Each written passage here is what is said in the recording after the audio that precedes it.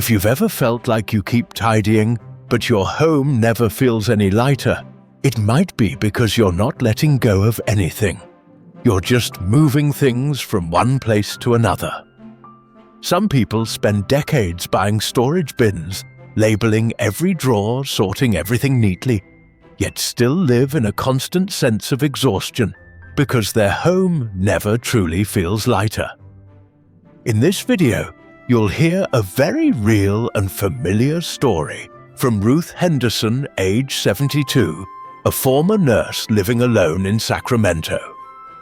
She used to be excellent at organizing every drawer and every bin, but she still tripped in her bathroom over a pile of old towels sitting next to the washing machine simply because the cabinet was already full.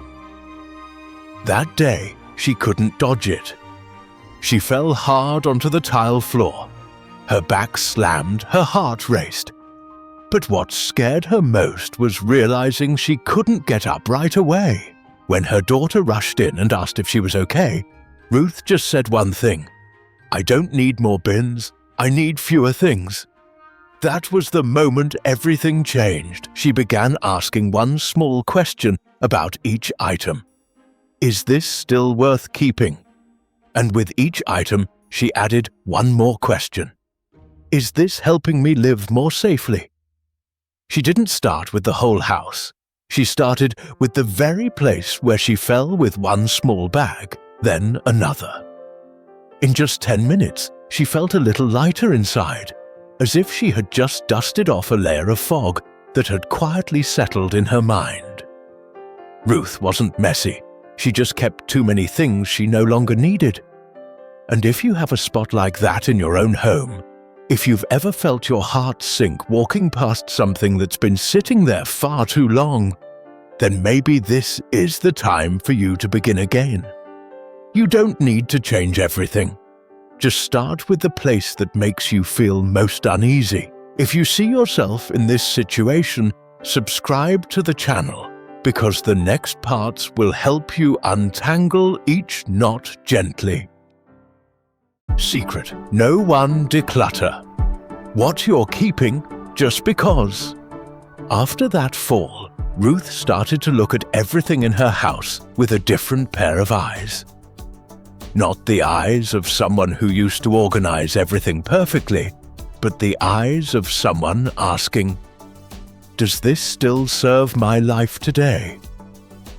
One of the first groups of items she tackled was things kept simply out of habit. Like 3 can openers in the kitchen drawer, 2 of which didn't even work anymore. A medicine cabinet with a box of Band-Aids expired 4 years ago. The medical gauze is slightly moldy from humidity. Old cleaning products under the sink with faded labels. She didn't declutter because they were damaged, but because she couldn't even remember why she was still keeping them. They had been there so long that no one noticed them anymore. There was a cardboard box labeled Christmas gifts, but 3 winters had passed and no one had opened it. Inside were a few unused presents, crumpled wrapping paper, and a slightly oversized sweater, never worn. She held it up and asked, if I haven't used this in 3 years, what reason do I have to keep it? The answer was none. She started applying a new rule called reverse shopping. Every time she felt the urge to buy something new to store or organize, she paused and asked herself, can I let go of 10 items instead of buying one more? And strangely, she always found even more than 10. Once she considered buying an extra plastic shelf for her books, but before doing that she decided to sort through her old bookshelf. The result was letting go of 18 faded books, mostly medical texts from 20 years ago, no longer useful. Had no intention of rereading them. In the end, she didn't buy anything new at all. The room suddenly felt more spacious, not because she rearranged it better, but because she removed what didn't belong. Reverse shopping, or shopping by subtracting, saved her a lot. Not just money, but time, energy, and living space. Most importantly, it helped shift her mindset from accumulation to selection. Not keeping because she was poor, but because she no longer needed it. Not keeping out of guilt, but because she was living in the present.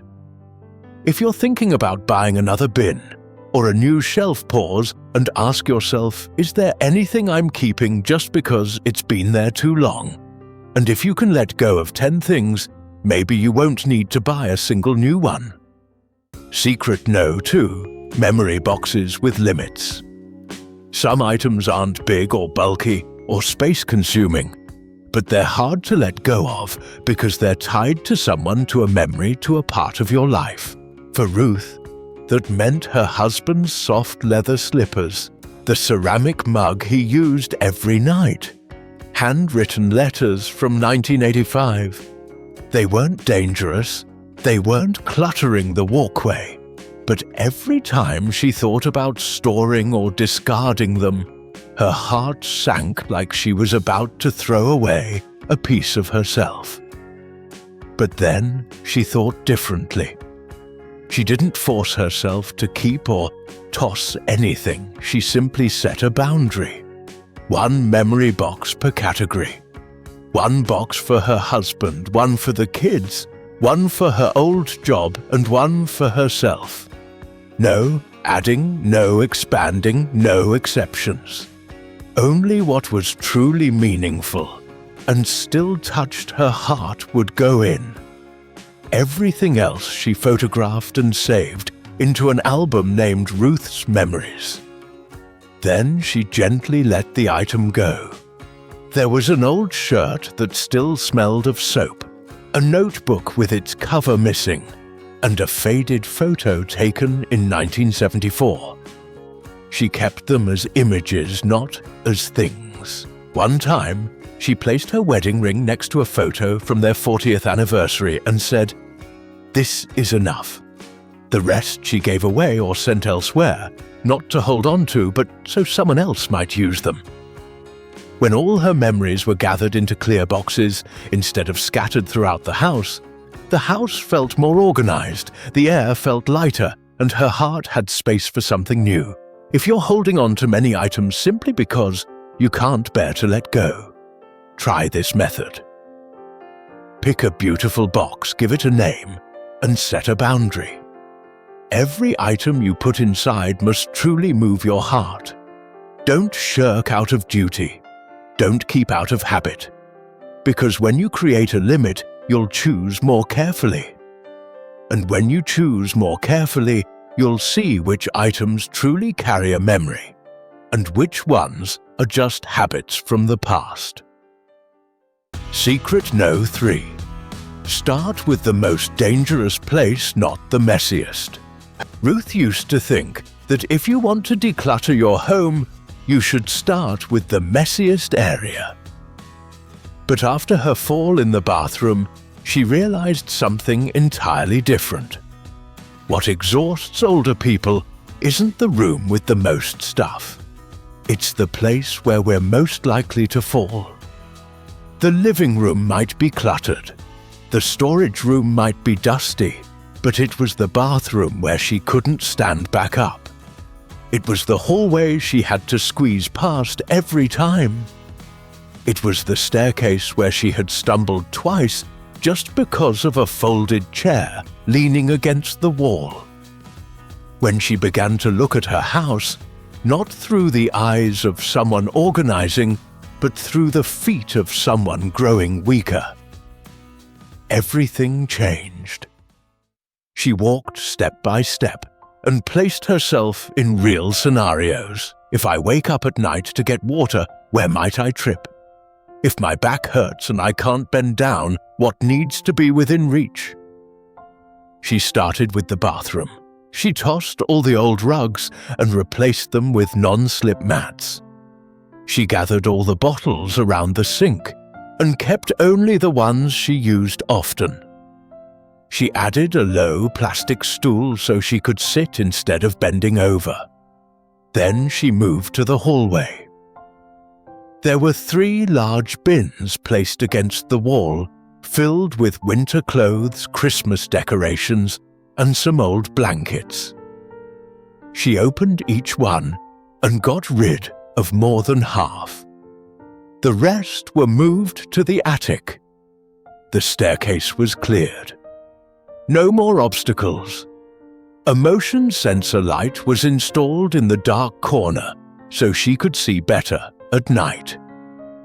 The power outlets in the living room were reorganized. No more tangled extension cords, no more temporary duct tape. Ruth said what brought her peace wasn't having a tidy home, but being able to walk around without constantly being on guard. No more memorizing every step. No more turning sideways to squeeze past something. If you're feeling overwhelmed by how much there is to do in your home, forget about making it pretty for now. Look instead at what makes you feel uneasy. Maybe it's a corner of the stairs, a cord you once tripped on, or a shelf you can no longer reach safely. Start with the most dangerous spot, not the messiest. Because your home isn't just where you live, it's where you need to be safe in every small step. Secret 4. Only keep what still fits who you are today. One morning, while folding the white lab coat she used to wear during her last hospital shift, Ruth suddenly stopped. She placed it on the bed, looked at her wardrobe, and realized she was keeping many things that no longer fit her current life. Uniform shirts with the hospital logo, fabric caps from night shifts, old notebooks with on-call schedules, and a few small gifts from former co-workers. None of it was useful anymore, yet she had never thought to let them go because they were once such an important part of her life. But then she asked herself, am I still that person? Do I still rush from room to room in a white uniform? Or am I now someone who's retired, living alone, enjoying tea watering plants and reading books in the morning sun? That question shifted something in her. She no longer looked at these items as memories to preserve, but as a kind of test. If I moved to a smaller place, would I bring this with me? If someone walked into my home, would they see who I am now or who I used to be? From then on, she began to sort through everything. Medical textbooks were donated.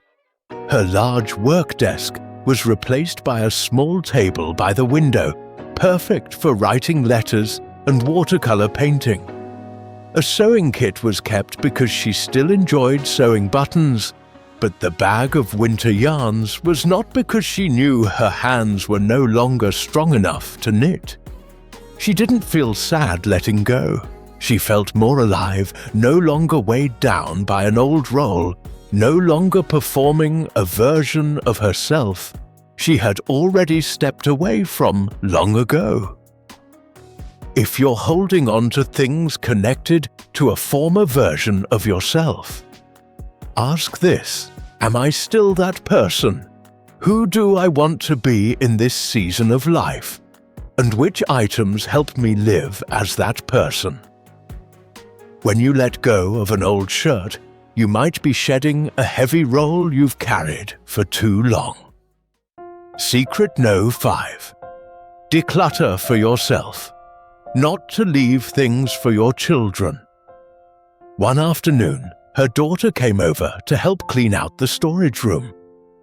As they opened each box, Ruth realized some of them had been sitting there for decades without anyone ever looking inside. One was labeled kindergarten drawings from her daughter. Some pages still had paint smudges. Some had faded writing. She was about to say, "Let's keep them," but her daughter smiled and said, "Mum, my house is already full of the kids' drawings on the fridge. You don't have to keep all of my childhood here." That sentence stopped Ruth in her tracks, not out of sadness but clarity. She realized many things she was holding on to weren't for her but for others. She had always thought, one day my kids will need this, my grandkids will want to see this, my family will understand me better by looking through these. but no one had asked. And by the time they might care, they probably wouldn't have time to go through every item. She began using a small mental exercise called the imagined heir. For every object she asked if I were gone, would the person I love need this if the answer was no? She took a photo, wrote a short note, and let it go. She didn't want to leave a burden behind. She didn't want her house to become a place filled with obligation and regret. One time, her daughter gave her a digital photo frame. Ruth scanned old pictures and labeled each one with names and years. When her grandchild visited, they looked at the photos together, sharing laughs, asking questions, and eyes lighting up with memories. You don't have to keep everything to keep what matters. If you're holding on to too much because you think your children or grandchildren will need it, ask again. Are you sure? Maybe what they need isn't a thing but peace of mind, a clear memory, or a handwritten recipe from you. Secret No. 6. Declutter. 10 minutes a day. Not your whole life in one afternoon. Ruth used to clean only on weekends, trying to get everything done in one go. She'd pull all the items into the middle of the room, clean and rearrange, but by afternoon her back and knees ached. Things were still scattered and she just wanted to lie down. The feeling of failure from not finishing made her even more exhausted. One morning while reading, she came across a small idea. Declutter for 10 minutes a day. No need to finish, no need to be perfect, no need to make your home look like a hotel. Just clean one corner, one drawer, one basket. She tried setting a timer for 10 minutes, opened the nightstand drawer, found a few dried pens, old sticky notes, and random bits. She kept 3 things, gathered the rest, and told herself that's enough for today. The next morning she did the same with a kitchen corner. The next day, the makeup shelf. Not once did she go over 10 minutes, but after 2 weeks her home felt different. Not perfectly tidy, but no spot made her feel suffocated anymore. Cleaning a little each day became a gentle habit. No pressure, no exhaustion, just a small part of each morning. And most importantly, it gave her a sense of control over her space. If you've been putting things off because tidying feels too big, try setting a 10-minute timer. Choose one small area. Don't reorganize it. Don't redecorate it. Just ask one simple question. Keep or not? And if not, thank it, then let it go. Secret No. 7. Forgive yourself for what you never got around to. One morning, Ruth opened a drawer to find a small pouch, and it fell onto her foot. Inside were a few balls of yarn, a pair of knitting needles, a magazine with scarf patterns, and a sweater design she had once planned to knit for her grandson. Now, the boy was in 6th grade, and the yarn was stiff with dust. Beneath it were an unfinished photo album, several blank greeting cards, an unopened book, and a bottle of essential oil she had once intended to use every night. No one had blamed her, but every time she saw those things, she felt like she had broken a promise to herself. Until one day she realized not everything left undone is a failure. Some things were once important, but no longer fit who she was today. And she was still a kind person, even if she didn't finish every plan. She gathered those items into a small basket and labeled it Things I Once Hoped For. She photographed each one, wrote a short thank you note, and let them go. Some were given away. Some were discarded. What she kept was gratitude. If you're holding on to a plan you never completed, try looking at it with respect instead of regret, because simply wanting to live better was already enough. 6 months after Ruth fell in her bathroom, Her home was still a small house with 3 bedrooms, a backyard, and a kitchen. But something had changed. No more cardboard boxes were lining the hallway. No more tangled cords on the floor. No more dodging as she walked. The kitchen held only what she used: clear countertops. Spices are organized in a tray. The living room was bright and calm. A single armchair sat by the window where she read each afternoon. The memory boxes were neatly stacked. No one could see them, but she knew they were there. Just enough to remember, but not enough to overwhelm the present. She began inviting friends over. Some hadn't seen her in a long time and thought she had withdrawn from life. Some said Ruth's home now felt warm and light in a way they hadn't expected. She smiled, because she felt lighter too. No longer holding on to old roles. No longer carrying layers of obligation, but simply living forward gently and deliberately. Some mornings she would open the window, brew tea, and feel her heart as calm as the surface of a lake, because she no longer clung to the past, no longer needed to prove anything, just living with what she chose to keep. And that was enough. Thank you for watching to the end. If this content was helpful to you, please like, subscribe, and leave a comment so we know you're out there. Your support means everything to us. See you again in the next videos.